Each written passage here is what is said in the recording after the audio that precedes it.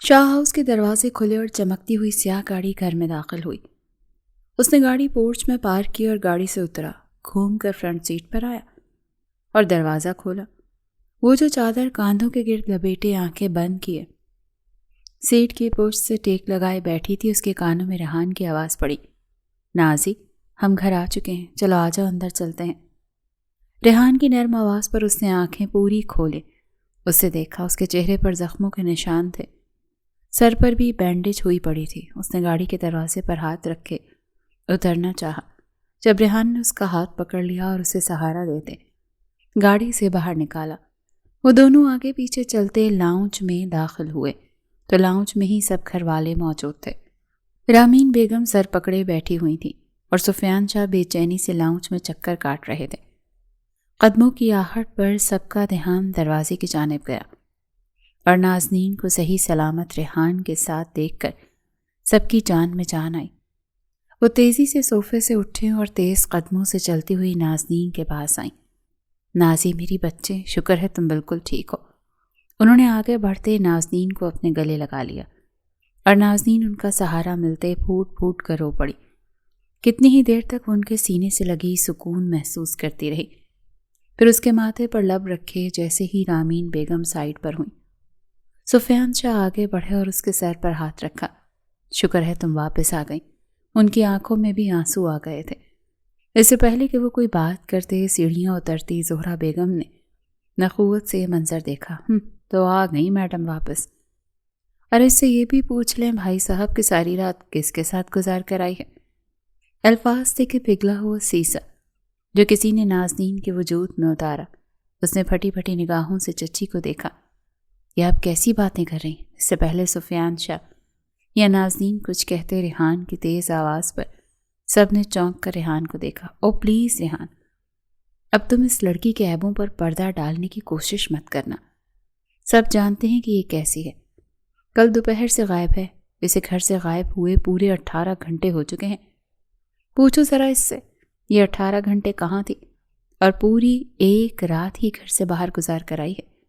اس بات کا کیا بھروسہ ہے کہ اب تک اس نے خاندان کی عزت سلامت رکھی ہوگی؟ کیا پتہ کس کے ساتھ منہ کالا کر چکی ہو۔ چچی کے الفاظ اس کے وجود میں پگھلے ہوئے سیسے کی طرح اتر رہے تھے۔ اس کا دل چاہا زمین پھٹے اور وہ اس میں سما جائے۔ وہ تو ان سے بحث کرنے کی حالت میں ہی نہیں تھی، اس میں اتنی سکت نہیں تھی کہ چچی سے کوئی بحث کرتی۔ وہ ایسے مجرموں کی طرح چہرہ جھکائے کھڑی تھی جیسے نہ جانے اس نے کون سی غلطی کر دی ہو۔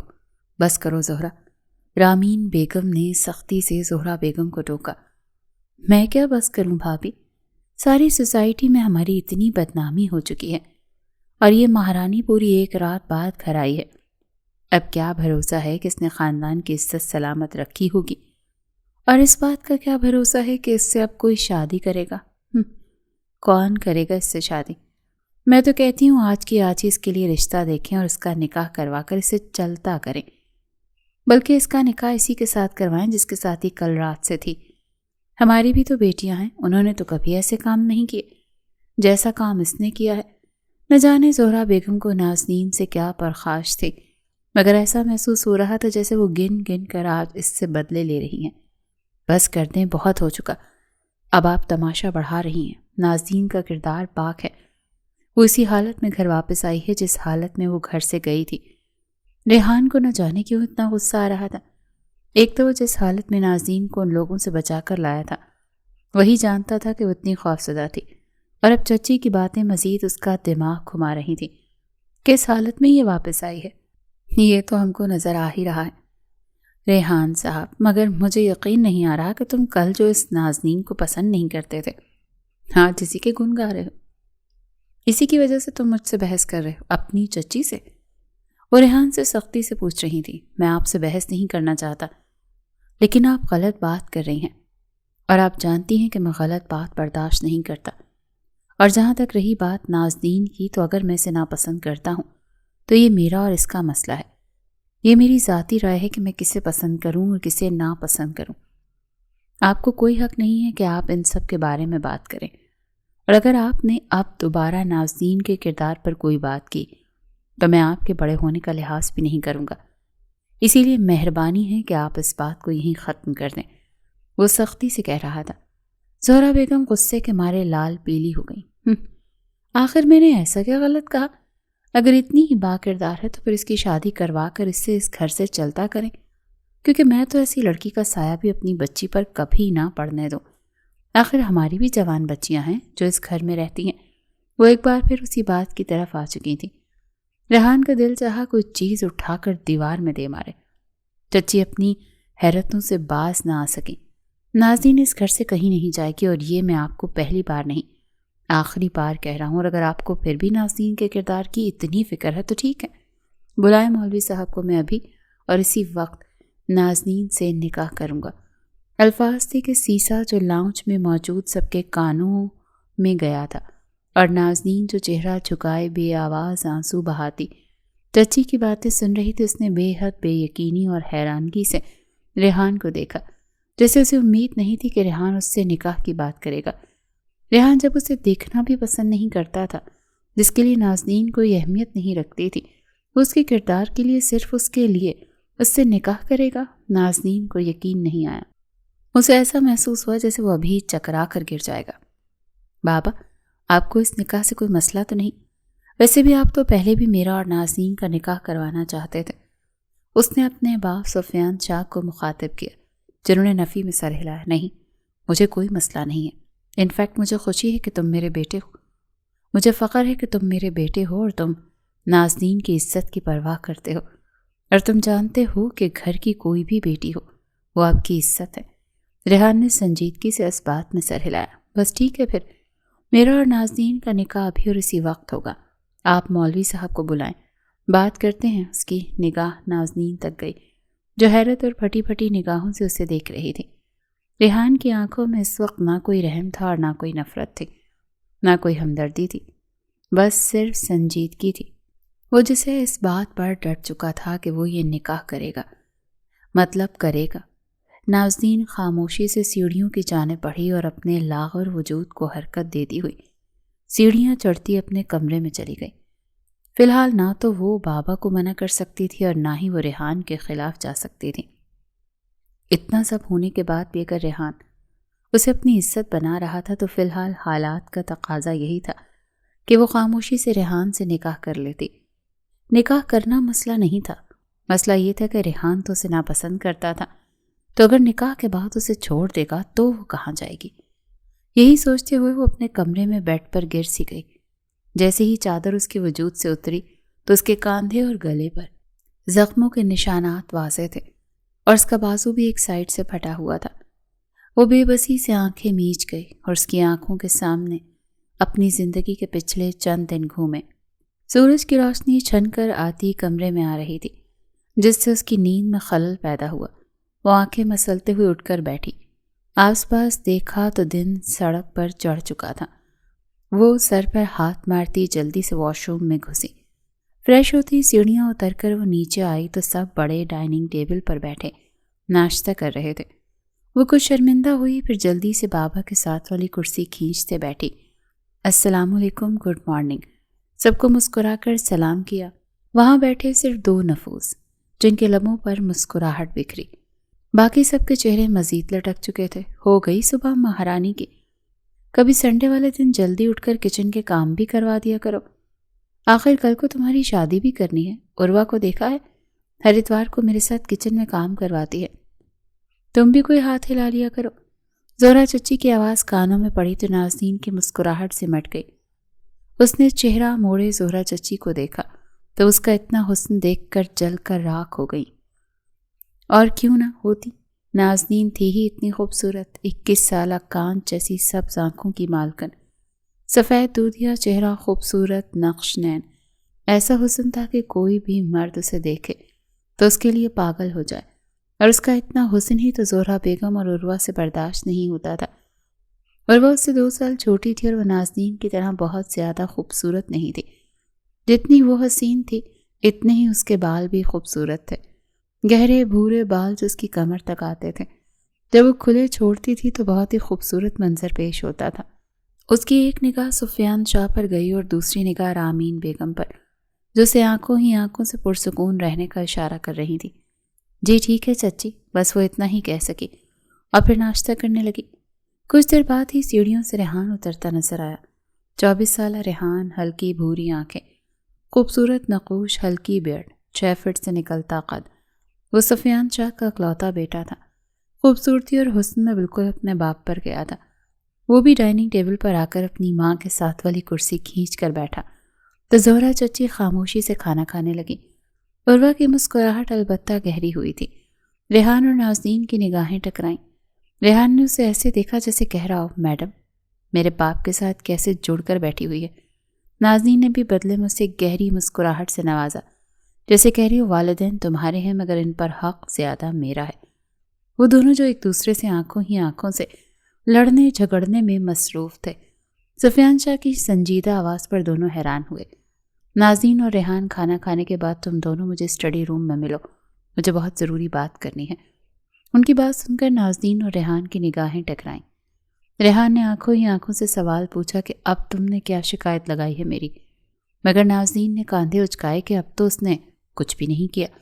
مگر خیر، دونوں ناشتہ کرنے میں مصروف ہو گئے۔ تھوڑی دیر کے بعد وہ دونوں اسٹڈی روم میں سفیان شاہ کے سامنے موجود تھے۔ وہ سامنے ہی صوفے پر بیٹھے ہوئے تھے کہ ان کے پاس ہی رامین بیگم بھی بیٹھی ہوئی تھیں۔ بیٹھو دونوں۔ انہوں نے دونوں کو اپنے سامنے بیٹھنے کا اشارہ کیا۔ دونوں سنگل صوفے پر بیٹھ گئے۔ چند پل ان کے درمیان خاموشی چھائی رہی۔ آپ نے غالباً کوئی بات کرنی تھی بابا۔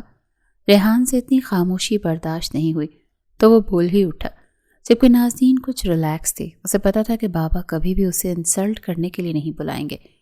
ہاں، اگر ان دونوں کو بلایا تھا تو مطلب ریحان کی کلاس لگنے والی تھی۔ ریحان کی بات پر سفیان شاہ کے لب ہلکی سی مسکراہٹ میں ڈھلے۔ تم دونوں کو میں نے پال پوس کر اتنا بڑا کیا ہے، میں نے کبھی بھی تم دونوں میں ذرا بھی فرق نہیں کیا۔ میں نے یہ نہیں سوچا کہ نازنین میری بیٹی نہیں ہے یا پھر تم اکیلے میرے بیٹے ہو۔ برہان کی موت کے بعد نازنین کو میں نے اپنی ذمہ داری سمجھا۔ یہ میرے بھائی کی بیٹی تھی، مگر جب میری گود میں آئی تب سے میں نے اسے اپنی بیٹی بنا کر اتنا بڑا کیا ہے۔ تم دونوں یہ بات اچھے سے جانتے ہو نا؟ نازنین کی آنکھیں نم ہوئی مگر آنکھوں میں خوشگن احساس تھا، جبکہ ریحان کے جیسے حلق تک جل اٹھا۔ اسے یقین نہیں آیا کہ بابا نے صرف اپنی اور نازنین کی محبت کا قصہ سنانے کے لیے اسے یہاں پر بلایا تھا۔ تو آپ یہ سب مجھے کیوں بتا رہے ہیں بابا؟ میں یہ سب بہت اچھے سے جانتا ہوں، وہ جل بھن کر بولا تو نازنین کا دل چاہا کھل کھلا کر ہنس پڑے، مگر اپنی ہنسی قابو کر گئی۔ سفیان شاہ نے نفی میں سر ہلایا۔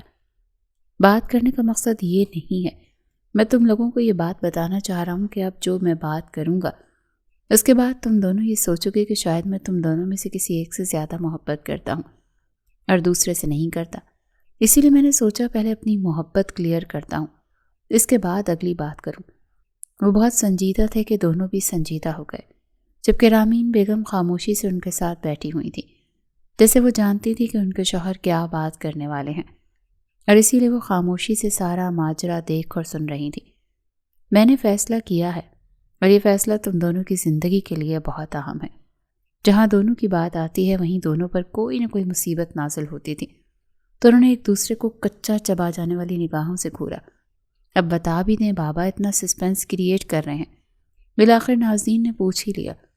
ریحان بھی اب جاننا چاہتا تھا کہ بابا نے ایسی کون سی خاص بات کرنے کے لیے ان دونوں کو یہاں پر بلایا ہے۔ تم دونوں کا باپ ہونے کے ناطے میں نے فیصلہ کیا ہے کہ میں تم دونوں کا نکاح کروانا چاہتا ہوں۔ الفاظ تھے کہ سیسا جو دونوں کے کانوں میں ایک ساتھ اترا۔ دونوں نے بے حد بے یقینی سے پہلے اپنے والدین کو دیکھا اور پھر اسی بے یقینی سے ایک دوسرے کو۔ کیا ذرا دوبارہ کہیے گا بابا؟ ریحان تو باقاعدہ صوفے سے اچھل پڑا۔ میں نے وہی کہا ہے ریحان، سفیان شاہ، جو تم نے سنا ہے۔ میں نے کہا ہے میں تم دونوں کا نکاح کروانا چاہتا ہوں۔ نازنین بھی اسی طرح صوفے سے اچھل کر کھڑی ہوئی۔ نکاح؟ وہ بھی آپ کے اس بیٹے سے؟ آپ نے ایسا سوچ بھی کیسے لیا بابا؟ میں اپنی جان نہ دے دوں اس نکاح کرنے سے زیادہ آسان ہے۔ وہ دونوں کھڑے ہو گئے اور باقاعدہ ہاتھ اٹھا کر لڑاکا عورتوں کی طرح لڑنے کے لیے تیار تھے۔ او ہیلو، مجھ جیسے بیٹے سے کیا مراد ہے تمہاری؟ میڈم ذرا تم خود کو دیکھو، تم جیسی مصیبت سے نکاح کرنے سے بہتر ہے کہ میں کنوارا نہ مر جاؤں۔ وہ بھی اسی طرح سے طنز کے تیر پھینک رہا تھا کہ نازنین کا چہرہ غصے سے لال ہوا۔ نہیں، تمہارا مطلب کیا ہے؟ میں اتنی بری ہوں؟ اس ساری دنیا میں چراغ لے کر بھی ڈھونڈو گے نا تم مجھ جیسی زیادہ خوبصورت لڑکی نہیں کہیں ملے گی تمہیں۔ وہ ہاتھ اٹھا کر باقاعدہ اسے انگلی دکھا رہی تھی۔ اچھا، اور تم نے جو کہا آپ کا ایسا بیٹا، تو ان الفاظ پر بھی ذرا غور کرو میڈم۔ تم بھی چراغ لے کر ساری دنیا میں تلاش کرو نا، تو مجھ سے زیادہ بہترین لڑکا نہیں ملے گا۔ دونوں کو جیسے اپنی اپنی خوبصورتی اور قابلیت پر ناز تھا۔ اس کے ساتھ دونوں ایک دوسرے کو گھور رہے تھے۔ جب دونوں کو پتا ہے کہ دونوں اتنے بہترین ہو تو پھر ایک دوسرے سے نکاح کرنے میں کیا حرج ہے؟ سفیان شاہ کی آواز پر دونوں نے ان کی جانب دیکھا۔ سوری بابا، آپ کہیں گے تو آپ کی خاطر جان قربان کر دوں گی، مگر آپ کے بیٹے سے نکاح تو ہرگز نہیں کر سکتے۔ اس سے پہلے ریحان کچھ کہتا، نازنین نے دونوں ہاتھ اٹھا کر جیسے سرنڈر کرنے کے لیے انداز میں کہا۔ ریحان نے تب کر اس کی طرف دیکھا۔ ہاں، میں تو جیسے تم سے نکاح کرنے کے لیے بس مرا ہی جا رہا ہوں نا۔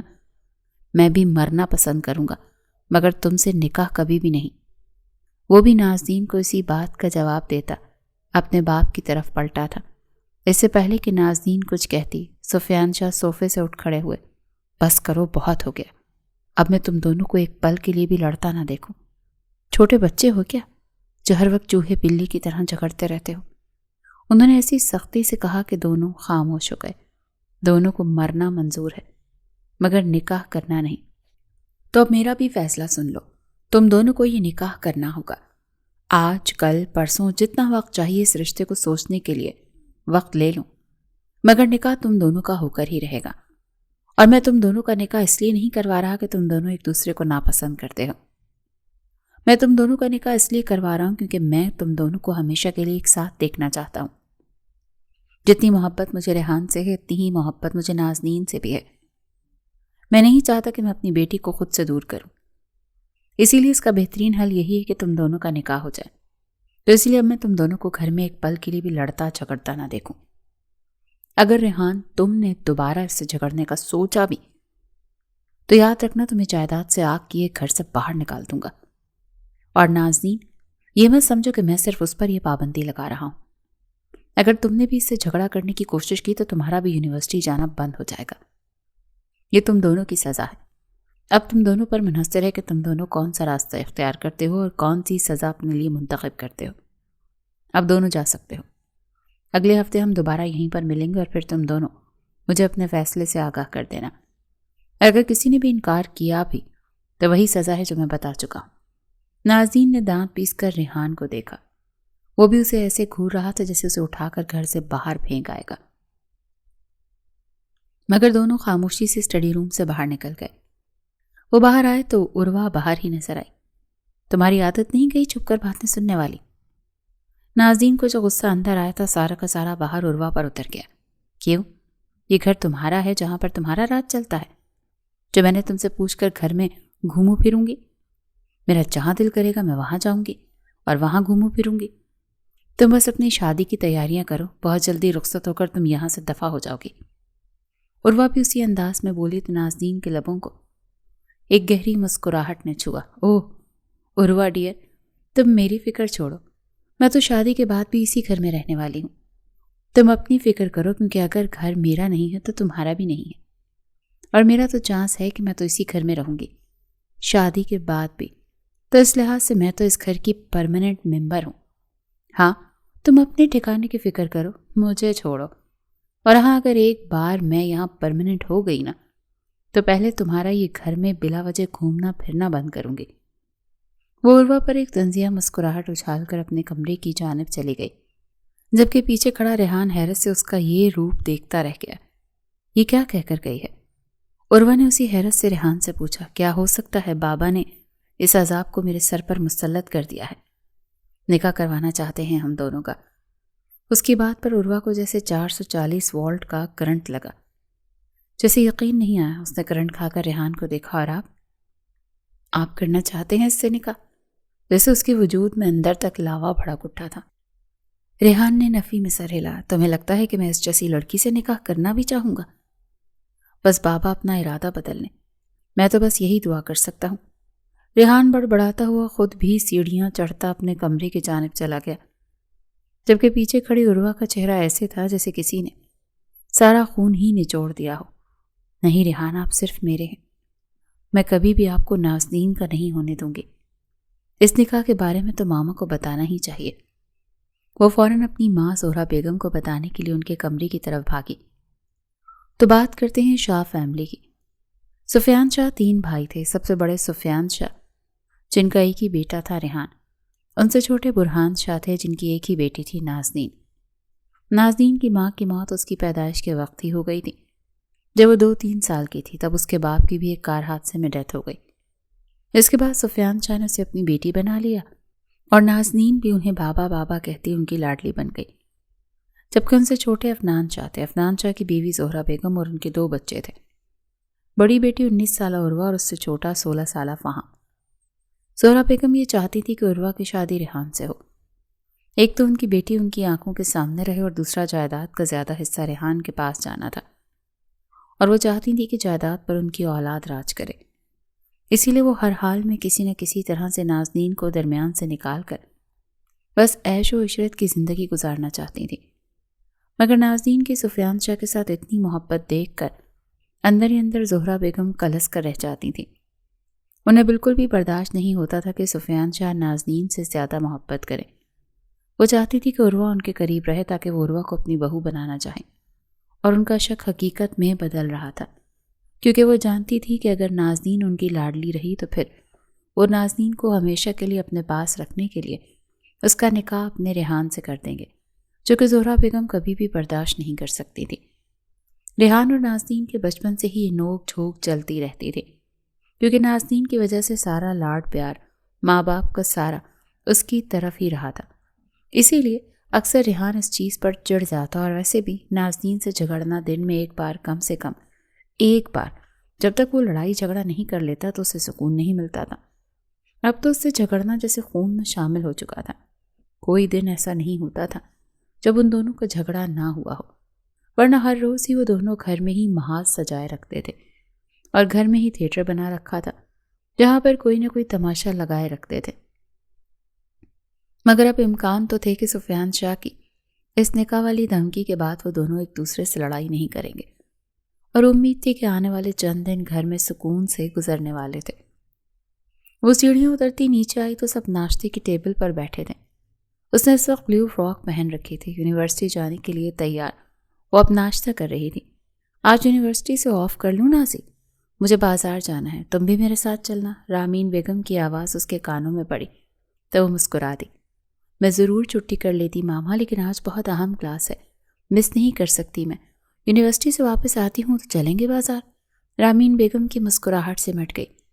دل میں عجیب سے وسوسے اٹھ رہے تھے۔ ان کا بالکل دل نہیں تھا کہ آج وہ نازنین کو یونیورسٹی بھیجے۔ نہ جانے کیوں انہیں کچھ برا ہونے کا احساس ہو رہا تھا۔ وہ ناشتہ ختم کرتی کرسی سے اٹھیں۔ اس سے پہلے وہ لاؤنج سے باہر جاتی سیڑھیاں اترتا ریحان نیچے آیا۔ لو ریحان آ گیا۔ جاؤ ریحان، تم اسے یونیورسٹی ڈراپ کراؤ۔ ریحان نے حیرت سے اپنی ماں کو دیکھا۔ چلی جائے گی ماما ڈرائیور کے ساتھ؟ میں کون سا اس کے لیے ہر وقت فارغ ہوتا ہوں؟ اس کے جیسے حلق تک جل اٹھا تھا۔ میں جتنا کہہ رہی ہوں اتنا کرو ریحان۔ پہلی بار رامین بیگم نے سختی سے اسے حکم سنایا۔ ریحان برے برے منہ بناتا ہوا لاؤنج سے باہر نکلا۔ کیا مصیبت ہے یار، اس نے تو ڈرائیور ہی بنا دیا ہے۔ نازنین نے حیرت سے رامین بیگم کو دیکھا جو اسے جانے کا اشارہ کر رہی تھی۔ وہ گہری سانس لیتی لاؤنج سے باہر آئی اور پورچ میں آ کر گاڑی میں بیٹھی تو ریحان نے گاڑی سٹارٹ کی۔ اب گاڑی شاہ ہاؤس سے باہر نکل چکی تھی۔ گاڑی شہر کی مصروف سڑکوں پر رواں دواں تھی، مگر دونوں کے درمیان خاموشی چھائی ہوئی تھی، جیسے نازنین کو آج یہ خاموشی ہضم نہیں ہوئی۔ شاید پہلی بار تھا کہ ریحان خاموشی سے گاڑی چلا رہا تھا۔ اسے لڑنے جھگڑنے کا سوچ بھی نہیں رہا تھا۔ پھر اس نے خود ہی بات شروع کی، تو پھر کیا سوچا تم نے اس نکاح کے بارے میں؟ ریحان نے چونک کر اسے دیکھا۔ تم نے کیا سوچا؟ اس نے الٹا سوال پوچھا۔ میں نے کیا سوچنا ہے؟ بس میں نے یہ دیکھا کہ بابا مجھ سے اتنی محبت کرتے ہیں کہ مجھے کہیں جانے ہی نہیں دینا چاہتے، اسی لیے میں تو ان کی خاطر مان ہی جاؤں گی۔ تم اپنی سناؤ۔ اس کے ایک ایک لفظ میں جیسے گہرا طنز تھا۔ ریحان دانت پیستا رہ گیا۔ تم ثابت کیا کرنا چاہتی ہو؟ کہ میرا باپ تم سے زیادہ محبت کرتا ہے؟ وہ سختی سے پوچھ رہا تھا۔ نازنین کی مسکراہٹ گہری ہوئی۔ ارے واہ، سمجھدار کے لیے تو اشارہ ہی کافی ہوتا ہے مسٹر ریحان شاہ۔ وہ جیسے اسے چڑھانے کا کوئی بھی موقع ہاتھ سے جانے نہیں دینا چاہتی تھی۔ فار یور کائنڈ انفارمیشن مس نازنین برہان شاہ، میرا باپ مجھ سے بھی اتنی ہی محبت کرتا ہے جتنی تم سے کرتا ہے۔ شاید تم نے سنا نہیں، انہوں نے کہا تھا کہ ہم دونوں سے وہ ایک جیسی محبت کرتے ہیں، اسی لیے وہ چاہتے ہیں کہ ہم ایک ہو جائیں۔ That's it. ریحان نے جیسے اس کی ساری خوش فہمی ختم کرنی چاہی، مگر وہاں فرق کسے پڑ رہا تھا؟ لیکن کچھ پلوں کے لیے نازنین سنجیدہ ہوئی۔ ویسے تمہیں ایک بات کہوں، ریحان نے حیرت سے اسے دیکھا۔ وہ کم ہی سنجیدہ ہوتی تھی۔ مجھے تم سے نکاح کرنے میں کوئی مسئلہ نہیں ہے، بس ایک شرط ہے، اگر تم مجھ سے نفرت کرنی چھوڑ دو تو مجھے امید ہے کہ ہم اچھے سے زندگی گزار سکتے ہیں۔ شاید سفیان شاہ کے لیے وہ ریحان کو ایک موقع دینے کے لیے تیار تھی۔ ریحان کی مسکراہٹ گہری ہوئی اور وہ ڈرائیونگ کرتے ہوئے تھوڑا سا اس کی جانب جھکا۔ تو پھر اس خوش فہمی کو اپنے دماغ سے نکال دو، کیونکہ میں تم سے نفرت کرنا نہیں چھوڑنے والا۔ جلا کٹا جواب دے کر وہ دوبارہ سے ڈرائیونگ کرنے لگا۔ تم سے تو بات کرنی ہی فضول ہے، تم سے نکاح کرتی ہے میری جوتی۔ وہ بڑبڑا کر رہ گئی۔ گاڑی یونیورسٹی میں داخل ہو چکی تھی۔ اس سے پہلے وہ گاڑی سے باہر نکلتی ریحان کی آواز کانوں میں پڑی۔ میں آج فری ہوں تو میں تمہیں لینے آ جاؤں گا، پریشان ہونے کی ضرورت نہیں ہے، آج ڈرائیور نہیں آئے گا۔ نہ جانے کیوں، لیکن اسے خیال آیا کہ اسے ہی آج نازنین کو یونیورسٹی سے پک کرنا چاہیے۔ اور تمہیں یہ غلط فہمی کیوں ہے کہ میں تمہارے ساتھ گھر جاؤں گی؟ صرف ماما کے کہنے پر میں تمہارے ساتھ یونیورسٹی آئی ہوں۔ ریحان کا دل چاہا اپنا سر دیوار میں دے مارے۔ اس لڑکی سے تو بات کرنا ہی فضول تھا۔ میں بھی صرف اپنی ماں، اس نے انگلی سے اپنے سینے کی جانب اشارہ کیا، جیسے کہنا چاہتا ہو وہ میری ماں ہے۔ اپنی ماں کے کہنے پر تمہیں ڈراپ کرنے کے لیے آیا تھا، اور تمہاری یونیورسٹی سے پک کرنے کا مقصد اتنا ہے کہ ہم کہیں بیٹھ کر اچھے سے ریسٹورینٹ میں کافی پی لیں گے اور اس رشتے کے بارے میں بات کر لیں گے۔ لیکن لگتا ہے کہ تم مجھے نیچا دکھانے سے باز نہیں آؤ گے۔ تم سے نکاح کرتی ہے میری جوتی۔ وہ بھی بالکل لڑاکا عورتوں کی طرح بولا تھا کہ نازنین ہنس پڑی۔ اچھا، اگر ایسی بات ہے تو چلو کر لینا مجھے پک، تم بھی کیا یاد کرو گے؟ نازنین برہان شاہ کا دل کتنا بڑا ہے۔ ایک ادا سے اپنے بال جھٹکتی ہوئی وہ گاڑی سے اتر کر یونیورسٹی میں داخل ہو چکی تھی۔ ریحان بس نوی میں سر ہلاتا رہ گیا۔ پھر اس نے گاڑی واپس ریورس کی۔ آج وہ آفس نہیں جا رہا تھا، اس کا رخ واپس گھر کی جانب تھا۔ 2 بج گئے تھے۔ نازنین کی یونیورسٹی آف کا ٹائم ہو چکا تھا۔ وہ اس وقت یونیورسٹی میں داخل ہو رہا تھا تاکہ نازنین کو پک کر سکے، مگر اسے وہ پارکنگ میں کہیں نظر نہ آئی۔ اس نے نازنین کو کال کی، مگر نازنین کا موبائل بند جا رہا تھا۔ وہ کچھ پریشان ہوا، پھر گاڑی سے اتر کر وہ اس کے ڈپارٹمنٹ میں چلا گیا تاکہ اسے تلاش کر سکے۔ اس کے خیال میں شاید وہ ڈپارٹمنٹ میں ہو۔ تقریباً آدھا گھنٹہ وہ اس کے ڈپارٹمنٹ چھانتا رہا، مگر اسے نازنین کہیں نہیں ملی۔ اس کی کلاس فیلوز کے مطابق وہ تو چھٹی کے وقت پارکنگ میں جا چکی تھی۔ 2 سے 3 بجے اور 3 سے 4 اس نے شاید ساری یونیورسٹی چھان ماری، مگر نازنین کا کہیں بھی کوئی بھی نام و نشان نہیں تھا۔ اس نے گھر فون کیے، بابا سے بھی پوچھا، مگر نازنین گھر بھی نہیں آئی تھی۔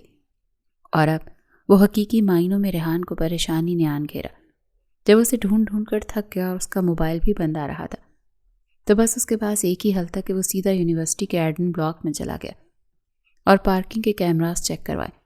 یونیورسٹی کی انتظامیہ تو کیمرے چیک کروانے کے لیے راضی نہیں تھی، مگر ایک بھاری رقم اور ساتھ ریحان کے سخت غصے سے کہنے پر انہوں نے ریحان کو کیمرے چیک کروائے۔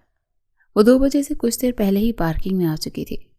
کیمرے میں وہ صاف پارکنگ میں موجود دکھائی دے رہی تھی۔ کیمرہ کافی دور لگا ہوا تھا، مگر اتنی دور سے بھی وہ نازنین کو کھڑا دیکھ سکتا تھا۔ وہ شاید اسی کا انتظار کر رہی تھی، اور ریحان نے دیکھا کہ اس کے آنے سے چند منٹ پہلے ایک وین آ کر پارکنگ میں رکی۔ اس میں سے 2-3 لوگ باہر نکلے اور ایک آدمی اب نازنین سے کوئی بات کر رہا تھا۔ شاید وہ بحث کر رہے تھے۔ وہ اتنی دور سے کیمرے میں آواز تو نہیں سن سکا، مگر چہرے کے تاثرات بتا رہے تھے کہ بحث چل رہی تھی۔ پھر اس نے زبردستی نازنین کا بازو پکڑا اور اسے زبردستی وین میں کھینچا۔ وہ ان سے اپنے آپ آزاد کروانے کی کوشش کر رہی تھی، مگر 2 لوگ زبردستی اسے وین میں ڈال چکے تھے، اور چند لمحوں بعد وین تیزی سے یونیورسٹی سے باہر نکل گئی۔ یہ دیکھ کر تو جیسے ریحان کا دماغ ہی گھوم گیا۔ اس نے جلدی سے وین کا نمبر نوٹ کیا اور تیزی سے یونیورسٹی سے باہر نکلا۔ اس نے فوراً گھر فون کیا کہ بابا کو نازنین کے بارے میں بتایا۔ وہ سب لوگ جو لاؤنج میں ہی بیٹھے ہوئے تھے ریحان کی فون کال پر جیسے اپنی جگہ سے اچھل پڑے۔ کیا کہہ رہے ہو؟ نازنین کڈنیپ ہو چکی ہے؟ رامین بیگم کو لگا جیسے کسی نے ان کے قدموں تلے سے زمین کھینچ لی ہے۔ ان کے لیے نازنین دیور کی بیٹی نہیں تھی، انہوں نے ہمیشہ اسے اپنی بیٹی کی طرح پالا تھا۔ صرف 3 سال کی تھی جب انہوں نے گود میں آئی تھی۔ انہیں لگا جیسے کوئی ان کے وجود سے ان کی جان کھینچ کر نکال رہا ہے، اسی لیے انہیں صبح اتنی گھبراہٹ ہو رہی تھی۔ آپ فکر مت کریں ماما بابا، میں اسے ڈھونڈ کر ہی گھر لاؤں گا، آپ لوگ پریشان مت ہو، میں اسے لے کر واپس آؤں گا۔ بے شک وہ اس سے جتنی مرضی چڑ کھاتا ہو، مگر وہ یہ بھی جانتا تھا کہ وہ اس کے خاندان کی فرد تھے، وہ اس کی کزن تھی، اس کی عزت تھی اور اپنی عزت کی حفاظت کرنی وہ اچھے سے جانتا تھا۔ سب سے پہلے اس نے اپنے جن دوستوں اور پولیس آفیسرز کے ذریعے اس وین کو ٹریس کیا۔ وین کے مالک کا پتہ کروایا تو پتہ چلا کہ وہ ان کے بزنس رائیولز کی ایک ورکر کی وین تھی۔ بس تبھی ریحان کا شک یقین میں بدل گیا۔ نازنین کو کڈنیپ کرنے والے ان کے رائیولز کمپنی تھی، مگر وہ لوگ اسے کیوں کڈنیپ کرنا چاہتے تھے؟ چند پیسوں کے لیے؟ یہ سوچ آتے ہی جیسے ریحان کا خون کھول اٹھا۔ اس نے وین ٹریس کروائی، وین کا آخری ایڈریس ڈھونڈا اور پھر اس کے ڈرائیور کو پولیس کے حوالے کیا۔ اسے نازنین کو ڈھونڈتے رات کے 9 بج چکے تھے۔ پولیس والوں کی آدھے گھنٹے کی مار کے بعد ہی ڈرائیور سب اگل گیا۔ نازنین کہاں ہے؟ وہ شہر سے دور ایک فارم ہاؤس میں تھی۔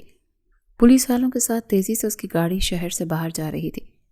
وہ بس ایک ہی دعا کر رہا تھا کہ نازنین صحیح سلامت ہو، وہ ٹھیک ہو۔ وہ اس کے لیے فکر مند تھا۔ 2 گھنٹے کا سفر اسے 2 صدیوں جیسا لگ رہا تھا۔ پہلی بار اسے نازنین کی فکر ہو رہی تھی، وہ جو اس سے لڑتی جھگڑتی اچھی لگتی تھی، آج نہ جانے کس مصیبت میں تھی۔ وہ لوگ جیسے ہی فارم ہاؤس پہنچے تو اس نے خود اپنی گن، جو کہ وہ اپنی حفاظت کے لیے اپنے ساتھ رکھتا تھا، اپنی گاڑی کے ڈیش بورڈ سے نکالی اور اب اس کا رخ فارم ہاؤس کے اندرونی حصے کی جانب تھا۔ ان لوگوں نے کوئی فون نہیں کیا، نہ ہی کسی پیسے کی ڈیمانڈ کی، لیکن نازنین کو کڈنیپ کرنے کا مقصد کچھ نہ کچھ تو تھا ہی۔ وہ لوگ بنا شور پیدا کیے تیزی کے ساتھ سارا فارم ہاؤس چیک کر رہے تھے۔ وہاں پر آس پاس کوئی نہیں تھا۔ فارم ہاؤس اندھیرے میں ڈوبا ہوا تھا، مگر اس کا دل کہہ رہا تھا کہ نازنین یہیں کہیں ہوگی۔ اور پھر ایک کمرے میں وہ اس سے مل گئی، کرسی پر رسیوں میں بندھی ہوئی، اس کے چہرے اور سر پر چوٹ کے نشان تھے، جیسے اس پر تشدد کیا گیا ہو، اور وہ درد کے مارے بے ہوش ہو چکی تھی۔ یہ منظر دیکھتے ریحان کا دل چاہا زمین پھٹے اور وہ اس میں سما جائے۔ کم سے کم اس لڑکی کو اس نے کبھی بھی ایسی حالت میں دیکھنے کا تصور بھی نہیں کیا تھا۔ وہ تیزی سے نازنین کی جانب بڑھا، جلدی سے اس کے ہاتھ پاؤں کھولے، اس کا دوپٹہ نہ جانے کمرے کے کس کونے میں پڑا ہوا تھا۔ نازی آنکھیں کھولو۔ وہ اس کا چہرہ تھپتھپا رہا تھا، مگر اسے ہوش نہیں آئی تو ریحان کا دھیان کمرے میں پڑے جگ پر گیا۔ وہ جلدی سے جگ کے قریب گیا اور پانی کی کچھ چھینٹیں نازنین کے چہرے پر مارے، جس سے نازنین نے بہت مشکل سے اپنی آنکھیں کھولی۔ ریحان نے اسے بازو سے پکڑے کھڑا کیا تو اسے نظر آیا کہ نازنین کا بازو بھی سائڈ سے پھٹا ہوا تھا۔ شاید ان لوگوں نے اسے ڈرانے دھمکانے کے لیے، اسے خوفزدہ کرنے کے لیے یہ ٹارچر کیا تھا۔ ان میں سے کسی نے جب نازنین کا دوپٹہ اس کے گلے سے نکال کر دور اچھالا، تب دوپٹہ چھینتے ہوئے ساتھ میں اس کا بازو بھی پھٹ گیا تھا۔ اس نے بہت مشکل سے اپنی آنکھیں کھولے ریحان کو دیکھا، جیسے اسے اپنی آنکھوں پر یقین نہ ہوا ہو کہ ریحان اس کے بالکل سامنے تھا۔ اور پھر ریحان کو دیکھتے ہی وہ مزید ضبط نہ کر پائی۔ اس کے بازو پر سر رکھے وہ پھوٹ پھوٹ کر رونے لگی۔ ریحان کی آنکھیں غصے سے سرخ ہو رہی تھیں۔ اس نے بنا کچھ کہے نازنین کو اپنے بازو میں چھپانا چاہا اور اب اس کے بال سہلا رہا تھا۔ بس کچھ نہیں ہوا، میں آ گیا ہوں نا۔ نازنین کا جب رونا کم ہوا تو اس نے خود نازنین کے آنسو صاف کیے۔ کون تھے وہ لوگ؟ کس نے ہاتھ لگایا ہے تمہیں؟ کس نے یہ حال کیا؟ مجھے بتاؤ، میں ان کی جان نکال دوں گا۔ وہ شدید سختی سے پوچھ رہا تھا اور وہ روتے ہوئے نفی میں سر ہلا رہی تھی۔ میں نہیں جانتی، بس ان میں سے ایک آدمی کسی سے فون پر بات کر رہا تھا کہ وہ لوگ مجھے ایک رات یہاں پر بند رکھیں گے اور اس کے بعد چھوڑ دیں گے، کیونکہ وہ شاہ خاندان کو سارے شہر میں بدنام کرنا چاہتے تھے۔ ان کا مقصد بابا کا سر شرم سے جھکانا تھا۔ انہوں نے جان بوجھ کر میرا یہ حال کیا۔ یہ چہرے پر زخم اس لیے دیے تاکہ سب لوگوں کو لگے کہ میں اب پاکیزہ نہیں رہی، اسی لیے بولا نہیں جا رہا تھا۔ وہ بہت بری طرح سے رو رہی تھی، سارا جسم لرز رہا تھا۔ لیکن خدا کی قسم ریحان، میں پاکیزہ ہوں۔ انہوں نے بھیگی آنکھیں اٹھائے ریحان کو دیکھا اور ریحان اس کی آنکھوں میں سچائی صاف پڑ سکتا تھا۔ بس کچھ نہیں ہوا، چلو آؤ۔ وہ جیسے سمجھ گیا تھا کہ نازنین کا کڈنیپ کسی اور کے کہنے پر کیا گیا ہے اور اب وہ جلد ہی ان سب لوگوں کو پکڑ لے گا۔ جس شخص کے فارم ہاؤس میں نازنین تھی وہ بھی رائلز کمپنی میں کام کرنے والے ایک امپلائی کا تھا اور پولیس آدھی رات کو اسے اریسٹ کر چکی تھی۔ وہ نازنین کو وہاں سے سیدھا ہاسپٹل لے کر گیا۔ اس کی چوٹوں پر مرہم پٹی کروائی، پھر گاڑی میں پڑی ہوئی اپنی شال اس کے کاندھوں پر اچھے سے دی۔ اس کے بعد انہیں گھر آتے اگلی صبح ہو چکی تھی۔ نازنین کو امید نہیں تھی کہ ریحان اسے اتنی نرمی سے ٹریٹ کرے گا۔ وہ جیسے اسے وہاں سے لے کر آیا تھا، اس سب میں پہلی بار اسے لگا کہ ریحان بہت ذمہ دار ہے۔ وہ جانتا ہے کہ اس کے گھر کی عزت کتنی نازک ہے اور وہ اپنی عزت کی حفاظت کرنی بھی جانتا ہے۔ اسے لاکھ نازنین سے اختلاف ہو، مگر اس نے نازنین کی عزت پر کوئی آنچ نہیں آنے دی۔ چچی کے سامنے بھی اس کے ساتھ کھڑا تھا، مگر اب نکاح کے بعد نازنین کے ساتھ کیا ہونے والا تھا یہ تو وہ خود بھی نہیں جانتی تھی کہ اب اس کی قسمت میں کیا لکھا ہوا ہے۔ اسے یہاں لیٹے شاید 15 سے 20 منٹ ہو چکے تھے۔ وہ کتنی ہی دیر بعد ہمت کرتی بیڈ سے اٹھی اور اب کبرڈ تک آتی اپنا ایک ڈریس نکالے واش روم میں جا کر بند ہو گئی۔ دوسری طرف ریحان جو اپنے کمرے میں داخل ہو رہا تھا، اور وہ تیزی سے اس کے سامنے آ گئی۔ آپ یہ نکاح کیسے کر سکتے ہیں ریحان؟ آپ تو اسے پسند ہی نہیں کرتے۔ اس کا چہرہ غصے کے مارے تمتما رہا تھا۔ تو یہ کس نے کہا ہے کہ ہم کسی کو پسند نہیں کرتے تو اس سے شادی نہیں ہو سکتی؟ اس نے سخت لہجے میں عروہ سے پوچھا۔ لیکن آپ ایسا کیوں کریں گے؟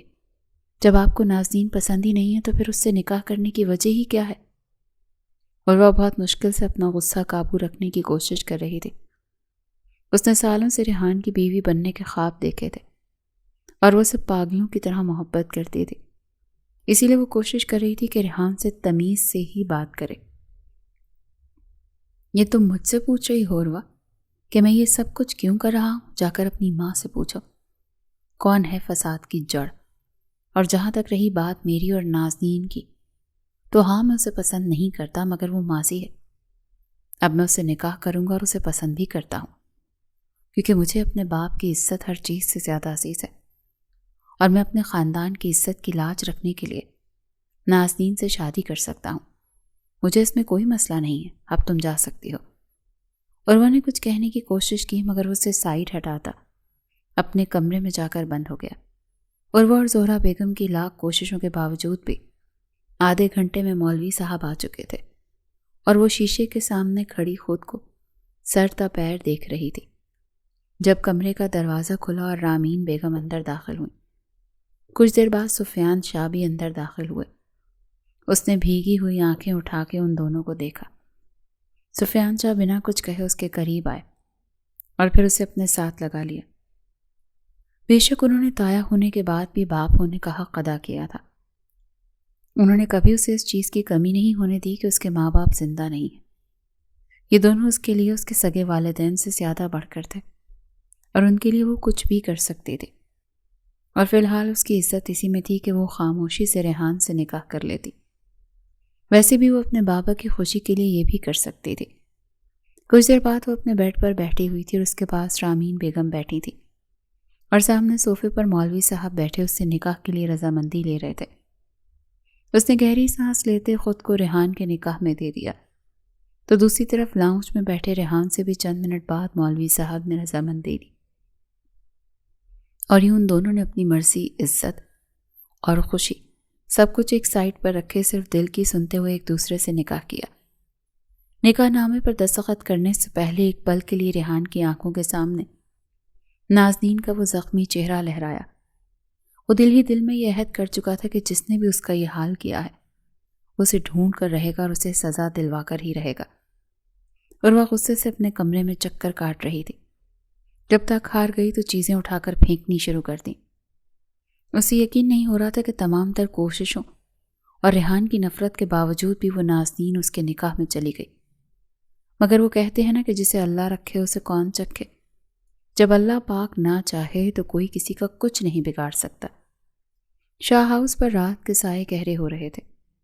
نہ جانے رات کا کون سا پہر تھا جب وہ اپنے کمرے سے نکلا اور اس کا رخ اپنے مطلوبہ کمرے کی جانب تھا۔ وہ چند قدم چلتا ہوا اس کمرے کے سامنے رکا، پھر آس پاس دیکھا، تصدیق کی کہ کوئی اسے دیکھ تو نہیں رہا، پھر آہستگی سے کمرے کا دروازہ کھولے وہ اندر داخل ہوا۔ بیڈ پر لیٹا وجود گہری نیند سو رہا تھا۔ وہ قدم قدم چلتا ہوا بیڈ تک آیا، پھر اس کے پاس ہی بیڈ پر بیٹھ گیا۔ سر پر لگی چوٹ اور چہرے کے زخموں کی وجہ سے 2 دنوں سے اسے بخار تھا، اسی لیے وہ اپنے کمرے میں ہی ریسٹ کر رہی تھی۔ نکاح کے بعد آج دوسرے دن وہ اسے دیکھ رہا تھا۔ چہرے کے زخم پہلے سے کچھ بہتر تو تھے، مگر ابھی بھی مکمل طور پر ٹھیک نہیں ہوئے تھے، اور ایسا لگتا تھا جیسے ان زخموں کے نشانات کو منجمد ہونے میں بہت وقت لگے گا۔ ریحان نے دھیرے سے اس کے بال چھوئے اور نرمی سے اس کے بالوں میں انگلیاں چلانے لگا۔ اس وقت اس کی آنکھوں میں نازنین کے لیے صرف فکر یا محبت تھی۔ اب بھی اس کی آنکھوں کے سامنے جب وہ منظر آتا، کرسیوں پر بندھی ہوئی وہ کس حال میں تھی، تو وہ سوچ کر ہی کانپ جاتا تھا۔ اگر وہ وہاں نہ پہنچتا تو کیا ہوتا، اور اگر وہ لوگ اسے مزید اس سے زیادہ نقصان پہنچا چکے ہوتے تو وہ کیا کرتا؟ اس نے دھیرے سے نازنین کے ماتھے پر لب رکھے اور اب نرمی سے اس کے گال کی چوٹ دیکھ رہا تھا۔ جب اس کے لمس سے نازنین، جو بخار کی وجہ سے کچی نیند میں تھی، اس کی نیند ٹوٹ گئی۔ اس نے مندی مندی آنکھیں کھولے ریحان کو دیکھا۔ وہ اس کے بہت پاس جھکا اسے دیکھ رہا تھا۔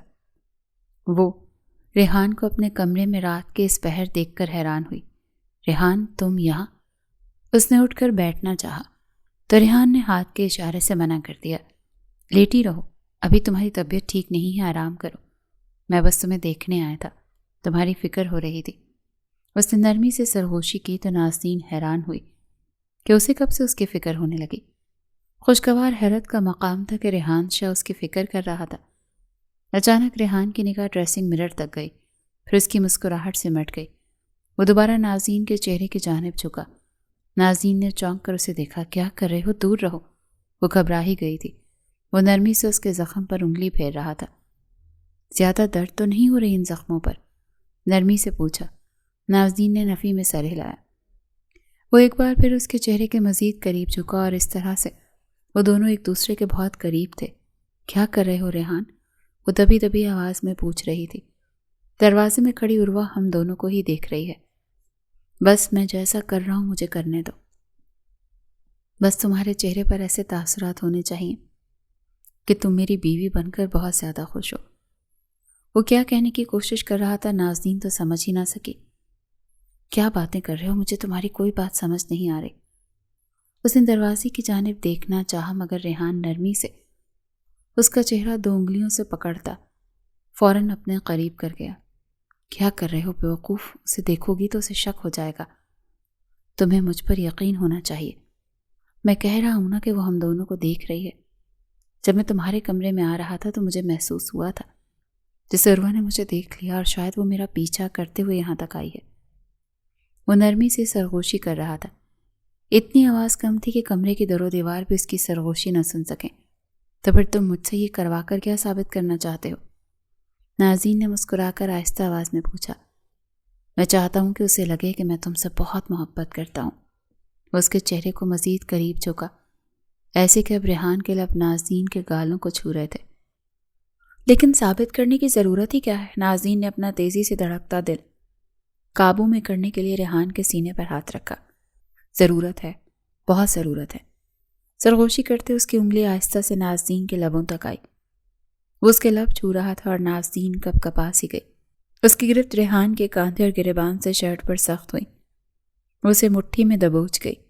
ابھی وہ اپنا تیز ہوتا تنفس درست کرنے کی کوشش کر رہی تھی جب اچانک ریحان اسے سوچنے سمجھنے کا موقع دیے بنا تیزی سے اس کے لبوں پر جھکا اور نازنین کو لگا جیسے اس کا دل دھڑکنا رک جائے گا۔ اس کے لب اپنے لبوں میں لیتا اس کی سانسیں قطرہ قطرہ اپنے وجود میں اتارنے لگا اور نازنین کی گرفت اس کے کاندھے اور گریبان پر مزید سخت ہوئی۔ رت کھلے دروازے سے جھانکتی عروہ کے جسم میں جیسے کسی نے چنگاریاں سی بھڑکا دیں۔ وہ پھٹی پھٹی نگاہوں سے ان دونوں کو اتنے قریب دیکھ رہی تھی۔ کمرے میں بس سائڈ ٹیبل پر لیمپ چل رہا تھا، مگر وہ اتنی روشنی میں بھی ان دونوں کی قربت کے مناظر صاف دیکھ سکتی تھی۔ اس کا دل چاہا کہ ابھی وہ اندر جائے اور نازنین کو جان سے مار دے، مگر صرف ریحان کی وجہ سے وہ وہیں کھڑی رہی۔ جب نازنین کو سانس لینے میں تکلیف ہونے لگی تو اس نے زور سے ریحان کے کاندھے پر مکہ مارا، جس سے ریحان جیسے ہوش میں اور فوراً ذرا سا لب اس سے دور کیے۔ نازنین اب اسے گھور رہی تھی۔ اس سے پہلے کہ وہ کچھ کہتی اس کے بال گردن سے پیچھے کیے، وہاں پر لب رکھتا نازنین کو آنکھیں بند کرنے پر مجبور کر گیا۔ نہ چاہتے ہوئے بھی وہ جیسے اس کی قربت میں سب کچھ بھولتے ہوئے آنکھیں بند کیے سکون سا محسوس کرنے لگی۔ اسے ریحان کا اپنے قریب آنا برا نہیں لگ رہا تھا، نہ ہی ریحان کے لمس میں کوئی نیگیٹیوٹی تھی۔ اسے کسی غلط نیت یا نظریے سے نہیں چھو رہا تھا. وہ اسے چھو رہا تھا تو ایسا محسوس ہو رہا تھا جیسے وہ اسے مزید معتبر کر رہا ہو، اسے مزید عزت دے رہا ہو. اس سے زیادہ برداشت عروہ میں نہیں تھی. وہ تنفن کرتی واپس پلٹی اور اپنے کمرے میں بھاگ گئی. ریحان نے اوپر ہوتے ڈریسنگ ٹیبل کے مرر کی طرف دیکھا. تب دروازے میں کھڑی عروہ کا عکس وہاں سے غائب ہو چکا تھا. اس نے گہری سانس لی اور نازنین سے تھوڑا سا دور ہوا. یہ کیا بدتمیزی تھی ریحان؟ نازنین نے اپنا سانس درست کرتے ہوئے اسے گھورا. بدتمیزی کیسی؟ نکاح میں ہو تم میرے، اور میں نے ابھی جو بھی کیا بہت سوچ سمجھ کر کیا ہے. وقت آنے تو تمہیں ہر سوال کا جواب مل جائے گا. ریحان کی باتوں میں جیسے کوئی حقیقت چھپی ہوئی تھی، مگر فی الحال نازنین اسے سمجھنے سے قاصر تھی. ویسے تم سے ایک بات کہوں؟ وہ دوبارہ نازنین کے قریب ہوا تو نازنین نے حیرت سے اسے دیکھا. اب تو دروازہ خالی تھا، پھر بھی اس کے قریب کیوں آیا تھا؟ کیا؟ اس نے گھبراتے ہوئے پوچھا. تم اتنی بھی بری نہیں، اور نکاح کے بعد تو اچھی لگنے لگی ہو. وہ دل سے تعریف کر رہا تھا. نازنین کے گال لال ہوئے. پھر ریحان سنجیدہ ہوا. مگر سچ بتاؤں تو جب میں نے دیکھا کہ تم کڈنیپ ہو گئی اور نہ جانے تم اتنے گھنٹے کس حالت میں رہی ہوگی، یہ سوچ کر ہی میری جان نکل رہی تھی. میں نے کبھی نہیں سوچا تھا کہ تم سے لڑتے کب تمہاری اتنی پرواہ ہوگی. تمہاری چند گھنٹوں کی اس غیر موجودگی نے میرا سانس روک دیا. میں بس دعا کر رہا تھا کہ تم جہاں بھی ہو بس محفوظ رہو. میں نے تمہیں کوئی تکلیف نہ دی. لیکن جب میں نے تمہیں اس حال میں کرسی پر بندھے دیکھا تو میں 100 موت مرا تھا. بس پھر مجھے احساس ہوا کہ جن لوگوں کے درمیان زیادہ جھگڑا ہو وہاں محبت بھی زیادہ ہوتی ہے، اور شاید مجھے تم سے محبت ہو گئی ہے. نازنین حیرت اور بے یقین نگاہوں سے اسے دیکھ رہی تھی. تم مجھ سے مذاق کر رہے ہو نا ریحان؟ کس چیز کا بدلہ لے رہے ہو؟ اس نے سنجیدگی سے پوچھا. آنکھوں میں نہ چاہتے ہوئے بھی آنسو آ گئے، جیسے اسے یقین نہ ہو کہ ریحان نے اس سے محبت کا اظہار کیا. ریحان کو دکھ ہوا. اب تم سے بدلہ لینے کا دل نہیں کرتا. اب دل نہیں چاہتا تمہیں کوئی تکلیف دوں. اور میں سچ کہہ رہا ہوں یار، کیوں مذاق کروں گا؟ سنجیدگی سے کہتے ایک بار پھر اس کے ماتھے اور اس کے بالوں پر لب رکھتا چکا تھا. چلو تم ریسٹ کرو، میں چلتا ہوں، کیونکہ اگر میں مزید یہاں پر بیٹھا رہا تو شاید بہت ساری گستاخیاں ہو جائیں، اور ویسے بھی جس مقصد کے لیے میں یہاں پر آیا تھا شاید وہ پورا ہو گیا. اس کے کان کے قریب جھکتا سرگوشی کیا، اس کے کان کی لو پر لب رکھتے اٹھا اور کمرے سے باہر نکل گیا. اور پیچھے نازنین حیرت سے اس کے الفاظ میں ہی الجھ کر رہ گئی. آخر آج ریحان اتنا بدلا کیوں تھا؟ مگر وہ نہیں جانتی تھی کہ ریحان دماغ میں کیا چل رہا ہے. چند ہفتے گزر گئے. نازنین کی طبیعت پہلے سے بہتر تھی. گھر میں اب سکون چھا گیا تھا.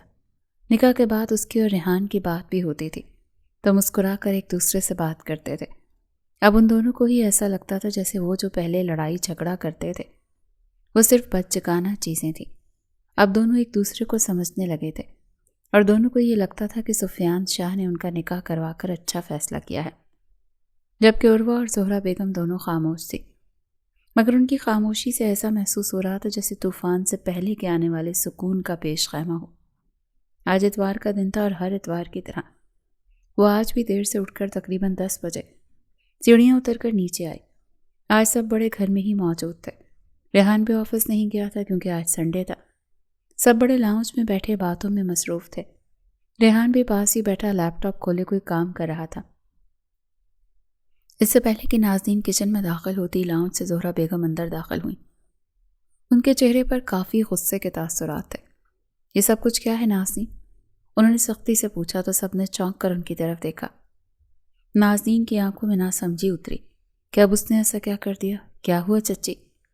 وہ حیران تھی کہ اب اس نے چچی کو باتیں سنانے کا کون سا موقع دے دیا. اس کی بات سنتے زہرہ بیگم ہنس پڑی. یہ مجھ سے پوچھ رہی ہو کیا ہوا؟ میں تو پہلے ہی کہتی تھی نا چاند چڑھا دیا. نہیں بھائی صاحب دیکھیں آپ کیسا چاند چڑھایا آپ کی لاڈلی نے. ان کے ہاتھ میں کوئی کاغذ تھا جنہوں نے سفیان شاہ کے سامنے ٹیبل پر رکھا. ارے یہ تو اچھا ہو جو رپورٹ گھر آ گئی، ورنہ ہمیں تو کبھی پتہ ہی نہ چلتا کہ یہ کیا گل کھلاتی پھر رہی ہے. نازنین ناسمجھی سے چچی کو دیکھ رہی تھی. اس سے پہلے سفیان شاہ کو وہ کاغذ پکڑتے دیکھتے. کیا ہے؟ ریحان لیپ ٹاپ سائڈ پر رکھتا ہوا اٹھا اور وہ کاغذ پکڑ لیا. آخر ایسا کیا ہے اس کاغذ میں چچی جو آپ میری بیوی کو باتیں سنا رہی ہیں؟ اس نے سنجیدگی سے پوچھا. یہ تو تم خود اپنی آنکھوں سے دیکھو میاں کہ تمہاری بیوی کہاں منہ کالا کروا چکی ہے. سختی سے کہتے ہوئے انہوں نے نازنین کو ایسی نگاہوں سے دیکھا جس سے نازنین کو محسوس ہوا کہ زمین پھٹے اور اس میں سما جائے۔ ریحان نے اپنی حیرت قابو کرتے ہوئے وہ کاغذ کھولا اور اب حیرانگی سے کبھی اس کاغذ کو دیکھ رہا تھا اور کبھی نازنین کو۔ نازنین نے سوالیہ نگاہوں سے ریحان کو دیکھا، جیسے پوچھنا چاہتی ہو کہ اب یہ کیا ہے، مگر ریحان کی آنکھوں میں اتنی بے یقینی دیکھتے ہوئے نازنین گھبرا گئی۔ ایسا کیا دیکھ رہے ہو ریحان؟ سفیان شاہ نے سختی سے پوچھا۔ کچھ نہیں بابا، اس نے کاغذ بند کرنا چاہا۔ ارے ایسے کیسے کچھ نہیں؟ اپنے باپ کو بھی تو بتاؤ، تم اپنی بیوی کے عیبوں پر پردہ ڈال سکتے ہو۔ اپنے باپ سے کیا چھپانا؟ ویسے بھی یہ باتیں چھپتی نہیں۔ زہرا چچی نے اتنا کہتے ہوئے کاغذ ریحان کے ہاتھ سے پکڑ کر سفیان شاہ کی طرف بڑھایا۔ آپ خود ہی دیکھ لیں بھائی صاحب۔ سفیان شاہ نے حیرت سے وہ کاغذ کھول کر دیکھا، مگر اس میں لکھی تحریر پڑھ کر ان کے چہرے کا رنگ سفید پڑ گیا۔ واٹ از دس؟ یہ کیا بکواس ہے؟ انہوں نے سختی سے نازنین کو دیکھا اور پھر ریحان کو۔ نازنین گھبراتی ہوئی ان کے قریب آئی۔ کیا لکھا اس میں بابا؟ ڈرتے ہوئے پوچھا۔ اس سے پہلے سفیان شاہ کچھ کہتے ریحان نازنین کے قریب آیا۔ تم نے مجھے بتایا تک نہیں، اتنی بڑی بات نہیں بتائی مجھے۔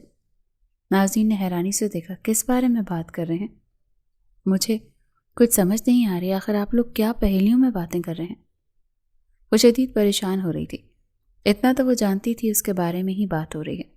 تم پریگننٹ ہو، مجھے نہیں بتایا؟ ریحان کے الفاظ جیسے اس کے کانوں میں پگھلے ہوئے سیسے کی طرح اترے۔ کیا بول رہے ہو ریحان؟ تم ہوش میں تو ہو؟ وہ دبے دبے لہجے میں پھٹ پڑی۔ اسے ایسا محسوس ہوا جیسے کوئی اس کے کردار کے پرخچے اڑا رہا ہے، مگر ریحان نے مسکرا کر اس کا ہاتھ پکڑا۔ او یار، کیا ہو گیا ہے؟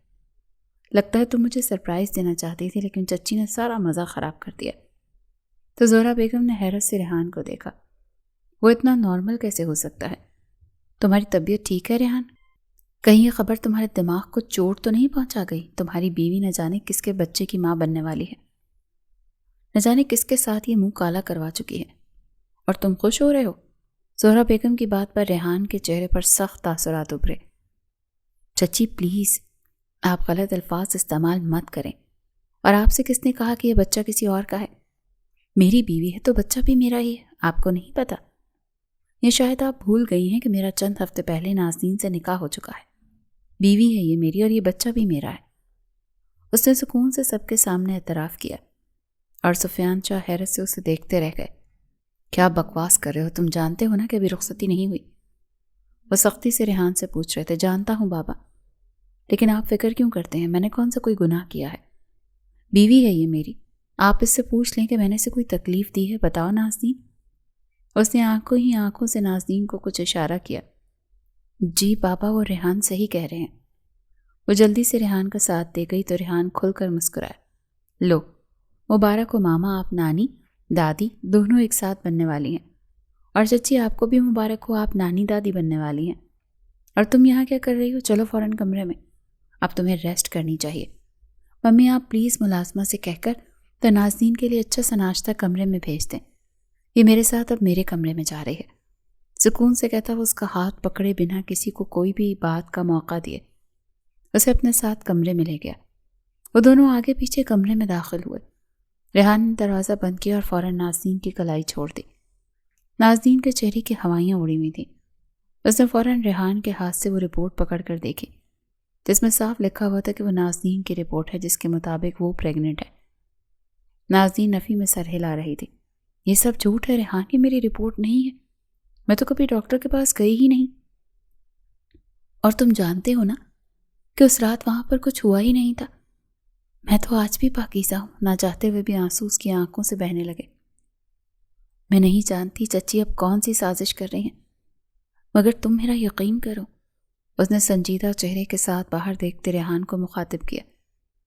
ریحان اس کی جانب پلٹا۔ ریلیکس، میں جانتا ہوں، میں سب جانتا ہوں کہ تم کوئی پریگننٹ نہیں ہو، سب ٹھیک ہے، ریلیکس، ادھر آؤ میرے پاس۔ اسے بازو سے پکڑے اپنے قریب کرتا اپنے ساتھ لگا گیا۔ اس کے بالوں میں انگلیاں چلانے لگا اور نازنین حیران ہوئی۔ جب تمہیں پتا ہے تو پھر تم نے وہاں پہ یہ سچ کیوں نہیں بتایا؟ وہ سمجھ نہیں پا رہی تھی کہ ریحان کیا کرنے کی کوشش کر رہا ہے۔ اس نے نازنین کا ہاتھ پکڑا، اسے بیڈ پر بٹھایا، پھر خود اس کے پاس بیٹھا۔ مجھے پہلے سے ہی شک تھا کہ تمہیں کڈنیپ کروانے کے پیچھے چچی کا ہاتھ ہے۔ الفاظ تھے کہ سیسا جو کسی نے نازنین کے کانوں میں اتار دیا تھا۔ میں پہلے یقین سے نہیں کہہ سکتا تھا، مگر تمہارے کڈنیپ ہونے سے اگلے دن میں عروہ کے کمرے کے باہر سے گزر رہا تھا جب میں نے عروہ اور زہرہ چچی کی باتوں کو کرتے سنا۔ وہ عروہ کو بتا رہی تھی کہ انہوں نے ہی تمہیں کڈنیپ کروایا، صرف اس لیے تاکہ تم بابا کی نظروں میں گر جاؤ اور ہمارا نکاح نہ ہو سکے۔ اور اس کے علاوہ میں نے کچھ اور بھی سنا تھا۔ نازنین نے حیرت اور سوالیہ نگاہیں اٹھائے ریحان کو دیکھا۔ اس نے اور کیا سن لیا؟ وہ تو ویسے ابھی پہلے جھٹکے سے نہیں سنبھلی تھی۔ اسے یقین نہیں آ رہا تھا کہ چچی اس سے اتنی نفرت کرتی ہوں گی کہ صرف نکاح رکوانے کے لیے اسے کڈنیپ کروا سکتی ہیں۔ وہ عروہ سے کہہ رہی تھی کہ ہم دونوں کا نکاح تو نہیں رکوا پائیں، مگر وہ اس نکاح کو ختم کروا دیں گی۔ بس چند دنوں بعد وہ ایک نقلی رپورٹ تیار کروا کے بابا کے سامنے رکھیں گی اور ثابت کریں گی کہ جس رات تم کڈنیپ ہوئی تھی اس رات تم نے کچھ غلط کیا ہے۔ اسی لیے میں جان بوجھ کر عروہ کی موجودگی میں اس دن تمہارے کمرے میں آیا تھا تاکہ میں عروہ کو گواہ کے طور پر استعمال کر سکوں۔ میں جانتا ہوں یہ رپورٹ نقلی ہے اور یہ سب کچھ چچی نے کیا ہے تاکہ تمہیں بابا کی نظروں سے اور میری نظروں سے گرا سکے، تاکہ میں تمہیں چھوڑ کر عروہ کو اپنا لوں۔ انہیں لگتا ہے مجھے تم سے نفرت ہے اور اسی لیے میں تمہیں چھوڑ دوں گا۔ اسی لیے میں نے جان بوجھ کر ان کے سامنے یہ ڈرامہ کیا کہ یہ بچہ تو میرا ہے اور میں باپ بننے پر بہت خوش ہوں۔ ساری بات جان لینے کے بعد نازنین بے حد بے یقینی اور حیرانگی سے اسے دیکھتی رہ گئی۔ یعنی وہ پہلے سے جانتا تھا کہ چچی یہ رپورٹ والا کھیل کھیلنے والی ہیں؟ ریحان، تم واقعی وہی ریحان ہو جو کبھی مجھ سے نفرت کرتے تھے؟ وہ حیرانگی سے پوچھ رہی تھی۔ وہ میرا بچپنا تھا نازنین، مگر اب تم میری بیوی ہو، میری عزت، اور مجھ پر فرض ہے کہ میں تمہاری عزت کروں اور سب لوگوں کے سامنے تمہارا کوئی بھی عیب ہو اس پر پردہ ڈالنا میرا فرض ہے۔ ہاں، تمہیں میں کمرے میں الگ سے سمجھا سکتا ہوں اور یہی اچھے شوہر کی نشانی ہوتی ہے۔ نازنین کو خوشی ہوئی تھی کہ بابا نے اس کا نکاح ریحان سے کروا کر بہت اچھا فیصلہ کیا ہے، لیکن اب ہم بابا اور ماما سے کیا کہیں گے؟ اسے ایک نئی پریشانی نے آن گھیرا۔ تم فکر مت کرو، میں بابا اور ماما کو سب کو سچ بتا دوں گا اور چچی کا بھی علاج کرنا ہی پڑے گا، وہ ایسے باز نہیں آئیں گی۔ سب جان لینے کے بعد نازنین نے گہری سانس لی۔ ویسے میں کیا سوچ رہا تھا؟ وہ اچانک نازنین کو کمر سے پکڑ کر اپنے قریب کھینچ چکا تھا کہ وہ اس کے سینے سے ٹکرائی۔ ویسے ہم چچی کو اس جھوٹ کو حقیقت بنا سکتے ہیں، پھر تو کسی کو کچھ وضاحت دینے کی ضرورت ہی نہیں پڑے گی۔ میرا مطلب ہے اگر یہ رپورٹ سچی ہو جائے تو؟ وہ شرارت سے آنکھ مارتا نازنین کو سر تپیر سرخ کر گیا۔ اس سے پہلے وہ ایک مکہ اس کے کاندھے پر مارتی، وہ تیزی سے اس کے لبوں پر جھک چکا تھا۔ وہ دونوں اس وقت سفیان شاہ اور رامین بیگم کے سامنے بیٹھے ہوئے تھے اور ریحان انہیں ساری بات بتا چکا تھا۔ مجھے امید نہیں تھی کہ زہرہ اس حد تک گر جائے گی۔ رامین بیگم کو شدید حیرانی ہوئی تھی۔ میں بات کرتا ہوں، ایسے کیسے وہ میری بچی پر ایسا گندا الزام لگا سکتی ہے؟ سفیان شاہ شدید غصے میں کہہ رہے تھے۔ نہیں بابا، میں ان سے اپنے طریقے سے بات کروں گا، آپ لوگ فی الحال کسی سے کوئی بات نہیں کریں گے۔ ریحان نے منع کر دیا کیونکہ وہ جانتا تھا کہ چچی کو کیسے سمجھانا تھا۔ وہ عروہ کے کمرے میں داخل ہوا تو زہرہ بیگم اس کی سوچ کے عین مطابق یہیں پر موجود تھیں۔ چچی لیں مٹھائی تو کھائیں، آپ تو تب سے کمرے میں ہی بند بیٹھی ہیں، کیا آپ کو کوئی خوشی نہیں ہوئی کہ آپ کا یہ پیارا بھتیجا باپ بننے والا ہے؟ اس نے مٹھائی کا ڈبہ زہرہ بیگم کے سامنے رکھا۔ تمہیں اتنا یقین کیسے ہے ریحان کہ وہ تمہارا بچہ ہے؟ وہ پوری ایک رات گھر سے باہر رہی تھی، نہ جانے کس کے ساتھ منہ کالا کر کے آئی ہوگی، اور تم دونوں تو ابھی رخصتی بھی نہیں ہوئی تھی، پھر تم اتنے یقین سے کیسے کہہ سکتے ہو کہ تمہارا بچہ ہے؟ تم نے تو اسے کبھی چھوا بھی نہیں۔ زہرہ بیگم سخت بے چین نظر آ رہی تھی تو ریحان کھل کر مسکرایا، پھر اس نے عروہ کی طرف اشارہ کیا۔ شاید آپ کو نہیں معلوم چچی، مگر کیا ہے نا کہ اب وہ میری بیوی بن گئی ہے، تو مجھ سے بس صبر نہیں ہوا، اسی لیے میں اس کے کمرے میں چلا گیا تھا ایک رات۔ کیوں عروہ؟ میں ٹھیک کہہ رہا ہوں نا؟ اس نے عروہ سے پوچھا تو عروہ کا چہرہ تیزی سے لال ہوا۔ آپ کو نہیں پتا کیا؟ عروہ وہیں پر تو تھی، اس نے خود ہم دونوں کو بہت قریب دیکھا تھا۔ ایسا بھی کیا شرمانا عروہ؟ عروہ کا چہرہ مزید لال ہوتا دیکھ کر اس نے عروہ کو مزید ذلیل کیا۔